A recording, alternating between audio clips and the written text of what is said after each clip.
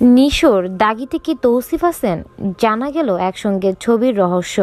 সামাজিক যোগাযোগ মাধ্যমে শুক্রবার একটি ছবি ছড়িয়ে পড়েছে। তাতে একসঙ্গে দেখা গেছে আফরান নিশো ও তৌসিফ মাহবুবকে। একজন আরেকজনকে জড়িয়ে ধরেছেন এবং কথা বলছেন।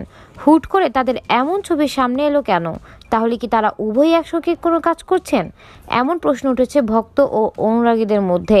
সেই ছবির সূত্র ধরে খোঁজ নিতে গিয়ে জানা গেল আসল তথ্য। ভালোবাসা দিবসের একটি নাটকের শুটিংয়ে এখন রাজশাহীতে আছেন তৌসিফ। পাশেই দাগি সিনেমার শুটিং করছিলেন আফরান নিশো। যেই ছবিটি ঈদে প্রেক্ষাগৃহে মুক্তি পাবে, পাশাপাশি শুটিং হওয়াতেই দেখা দুই অভিনেতার।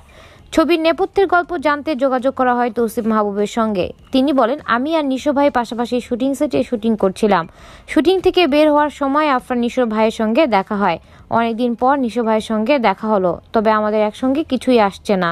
জানা গেছে রাজশাহী বিশ্ববিদ্যালয়ে প্রথম প্রেম নামের একটি নাটকের শুটিং করেছেন তৌসিফ। যদিও নাটকটি শুটিং করার কথা ছিল ঢাকা বিশ্ববিদ্যালয়ে, কিন্তু হুট করেই এই বিশ্ববিদ্যালয়ের ছাত্রদের আন্দোলনের কারণে লোকেশন পরিবর্তন করে রাজশাহীতে নেওয়া হয়। এই নাটকে শুটিং করতে গিয়েই দেখা নিশোর সঙ্গে। সানিয়া আজমা, রেডিও শহর।